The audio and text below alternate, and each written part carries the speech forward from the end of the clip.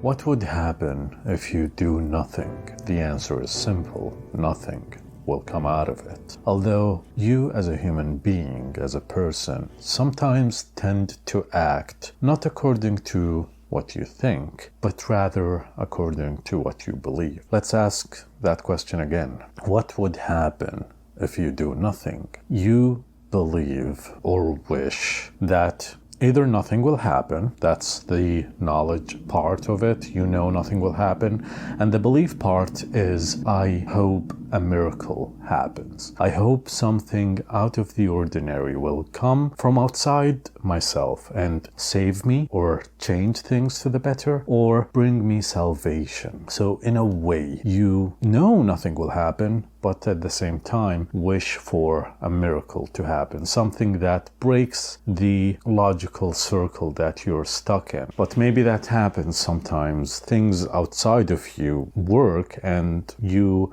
get lucky and happen to be involved in them. An example is someone else is doing something and they stumbled upon you. Maybe, especially with technology now, maybe your name popped up to someone who was looking for a specific thing that you have. You technically did something. You have a thing that someone else wants. So you did do something. But again, if you don't do anything about what you want to change, the probability that someone else will come from outside of you and pull you out of it and help you change it, that probability is quite low. So what do? You should act out and try to make things work. Try to do something. Otherwise, nothing will happen. Now, you are not guaranteed success when you try, when you do things. Most likely, things wouldn't work out the way you want them to work out. But you are only in control of what you can do. And therefore, by doing, you are trying to make things happen in a way that you want them to happen. You want a healthy life. You have to go and work out.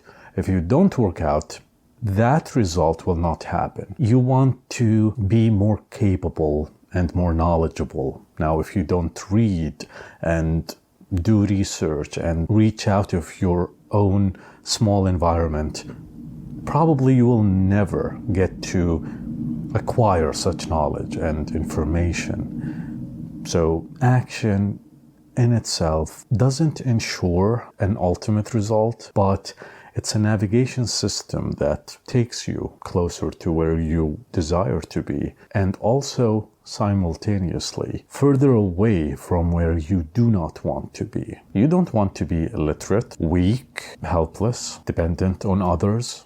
Maybe you want to be spoiled, that's another thing, but even that might require you to reach a level of being spoiled, but I digress. Anyway, it isn't guaranteed that by doing something about what you can do will lead you to a place that you desire, but at least it will maybe, hopefully, bring something out of it that is way better than where you are now. Because usually you tend to compare what's going to happen with the ultimate goal, when in fact you should be comparing what will happen with where you were before you acted out. There is a realization that I've come across, and I'll try to dismantle it and explain it as best as I can. So there is knowledge, which is the information itself, and there is clarity. And realizing this really put things in perspective, and I'll try to explain it. With knowledge, you have people who, or maybe you as a person, a set of information that helps you get things working. You have the knowledge to fix something, or to work on something, or to do certain tasks, or explain certain information. Now, this knowledge, it's a container, it's tangible. Now, your knowledge is only in this field, and the more knowledge you acquire, you are just acquiring more patches of knowledge. Now, sometimes the more you learn and the more you know, coupled with experience, will make your capacity to know more refined, and it will bring with it clarity. So clarity in itself, it's something that is not bound by knowledge alone.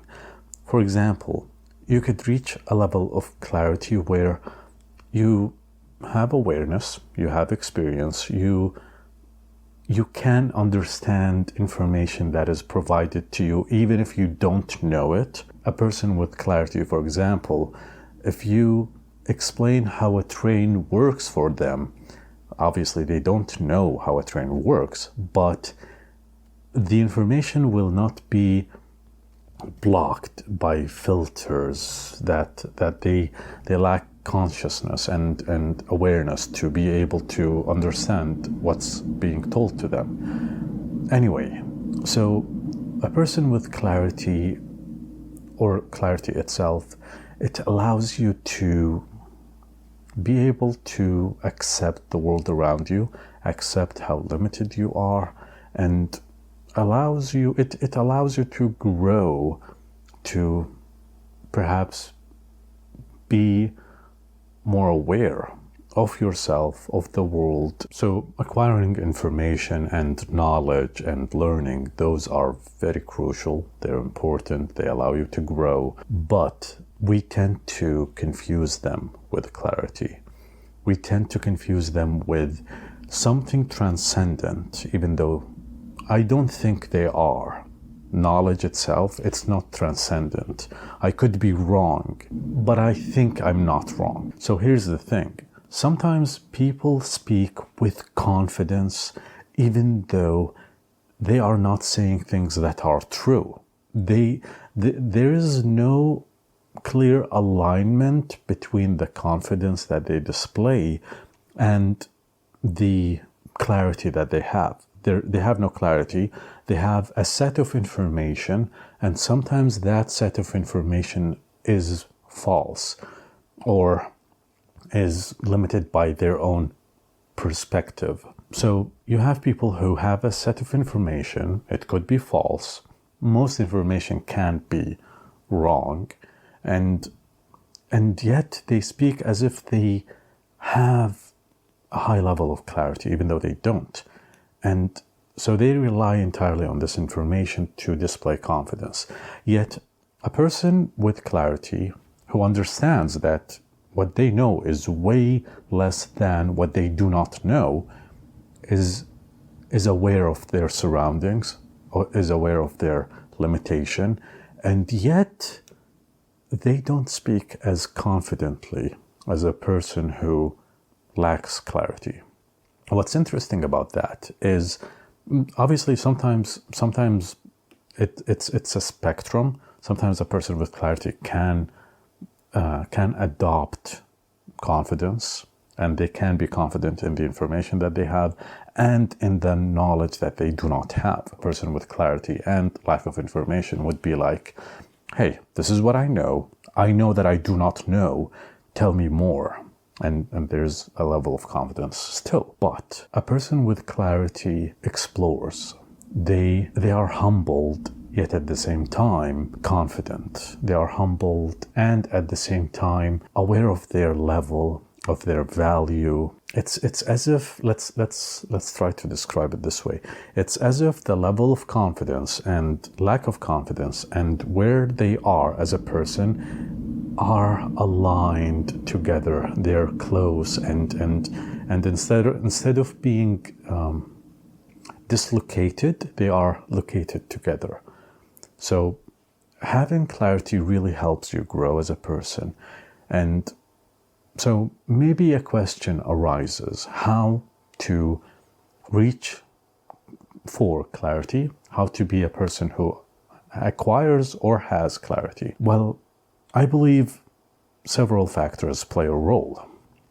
One of them is be as truthful with yourself and with others as you can. Sometimes you don't know if you're being truthful or not. You don't know what you want in the far future or even the near future. So you're not sure. Do you want to pursue this goal or that goal? But you try to be as honest as you can. And try not to deceive even when you're shy or introverted and you find yourself being nice at the expense of being genuine. Obviously, there are social cases where it's okay to just be nice because it's a person you're not gonna be talking to again, or if it's a person who just delivers your food, or you're exchanging emails for business, whatever. But aim to be genuine in your interactions, sometimes even in those interactions, because I think they help you practice. Sometimes you meet a stranger and they're like, how are you? You don't have to tell them, well, I have a problem with my partner or with my parents. No, you can tell them, you know what, I'm trying. And that's it. Like leave it at the service level, but at least you're being genuine. So that's just possibly a way to practice being genuine. But I digress. Being truthful, being genuine, accepting that you don't know a lot, and accepting, so this is where it can get a bit complicated. Sometimes a person who accepts that they don't know much could lose their confidence, so that they end up, even when they know enough and they know things, they will just shy away and say, I don't know, I'm just this person who's stupid and who's not sure. And that's bad as well, because a person who doesn't know as much as them but has confidence will overpower them with their lack of knowledge, but with their overwhelming confidence. Be humble, accept that you don't know, but also accept what you do know. So that's why I'm saying it's complicated a little bit.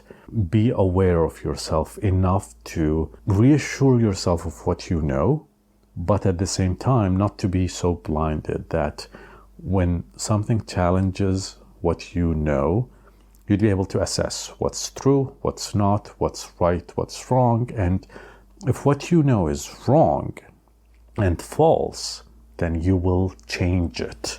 Then you right and true information is your information now. You're changing. You know what? I thought this thing is this and that. It's been proven to me that that's wrong. Then I'm changing it, and now this thing is the new information. But when my information is correct and the challenge that I've ensued proves that I'm correct, then I'll stand my ground. Maybe a new challenge will prove me wrong. Then that's when I'm going to change. So be truthful, be genuine, accept that your knowledge and the information you have is less than the knowledge that you don't have.